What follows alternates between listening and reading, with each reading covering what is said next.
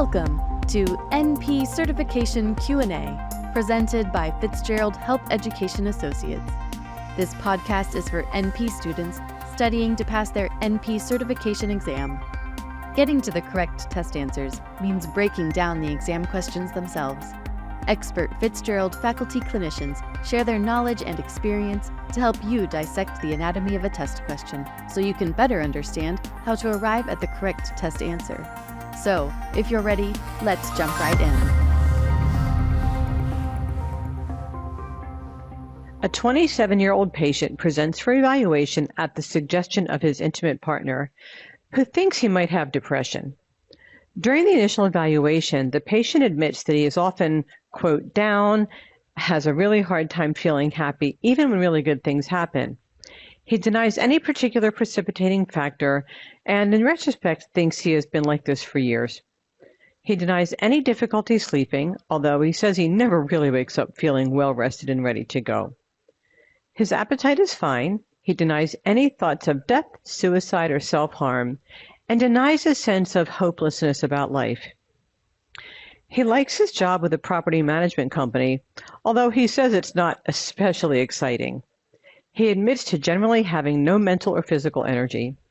Sometimes he wants to do things, but cannot get himself to do it. It's beginning to be a problem with his relationship, which is why he made the appointment. He has no medical conditions, takes no medications, and the rest of his history and review of systems is within normal limits.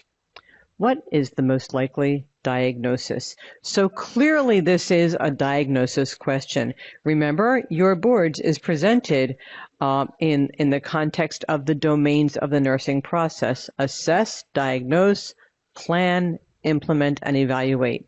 This clearly is a diagnosis question. In other words, you are expected to know diagnostic criteria and be able to differentiate among the various diagnoses that may present with a symptom of depression. So again, what is the most likely diagnosis? A, depressive mood due to substance use disorder. B, adjustment disorder with depressed mood. C, major depressive disorder, recurrent. Or D, persistent depressive disorder. And so, as you know, there are a number of conditions that can present with depressed mood, and they are not all major depressive disorder. Although if you think about how you see things sometimes in day-to-day clinical practice, it may have just been called that. But there are a number of different conditions that can present with the symptom of depressed mood. Remember, it's just a cardinal hallmark statement. Not everyone who feels depressed has a major depressive disorder, and not to everyone with a major depressive disorder feels depressed. So we are expected to know the common differential diagnoses of this complaint of depression. So given everything that you know, is this depressive mood due to substance use disorder? It might be tempting to go that route because of his age. This is a youngster, right? This is a 27-year-old male. So you might think, maybe it is due to substance use disorder. And in real life, maybe it is, but there obviously would need to be a substance use phenomenon here. And that is not presented in the scenario. In fact, it tells you very specifically he has no medical conditions, takes no medications, and the rest of his history and review of systems is within normal limits. And so, unlike real life, where sometimes we think there might be something going on we don't know about, remember, on your certification exam, you have to assume that the information presented is accurate as presented.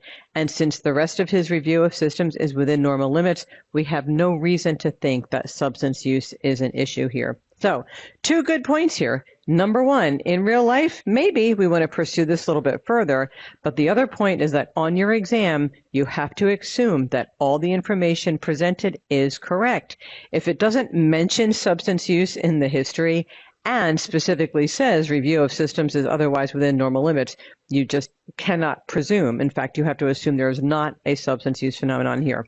Okay, number two, adjustment disorder with depressed mood.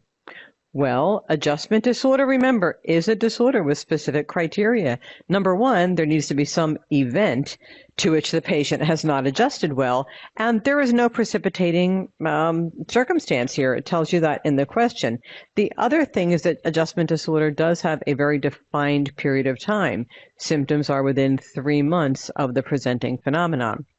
And so, C, major depressive disorder. Remember that major depressive disorder does have diagnostic criteria, including minimally 5 of 9 domains where symptoms are presented. And we'll go over this in a moment, but trust me when I tell you that's not met here. Whereas persistent depressive disorder is the only thing that fits this scenario. So D is the correct answer. Persistent depressive disorder is characterized by depressed mood plus at least 2 other symptoms from the major depressive disorder criteria.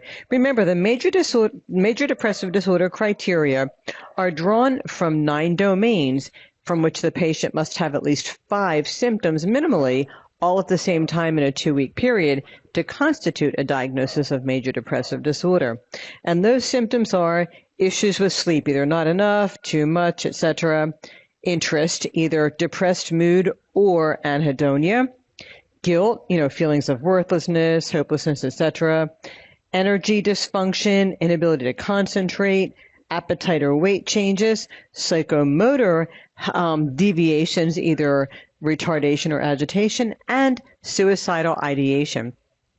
Those are the domains, and in a persistent depressive disorder, the patient needs to have depressed mood and at least 2 of those, which he does for at least 2 years, which he has described. He said it's been going on for years, and without a symptom-free period for more than 2 months. So everything that's presented here does clearly meet the diagnostic criteria for a persistent depressive disorder. But like I said, A is not correct. There's no indication of substance use disorder, and we can't just assume it because it's a young adult male. B is not correct because there's no precipitating event. And even if there was a precipitating event, there's a time frame for these symptoms, and the patient has exceeded that. And like I said, C is not correct because he has not met a minimum of 5 of those 9 symptoms. So keep in mind your diagnostic criteria is important, and that doesn't mean you need to memorize every single diagnostic criteria of every condition that can present with depressed mood.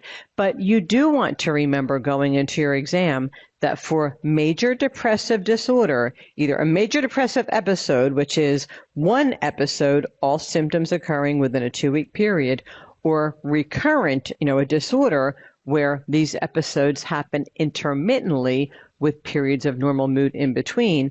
Either way, there's got to be a minimum of 5 symptoms, and he doesn't have it. So the only thing that works here is D, persistent depressive disorder.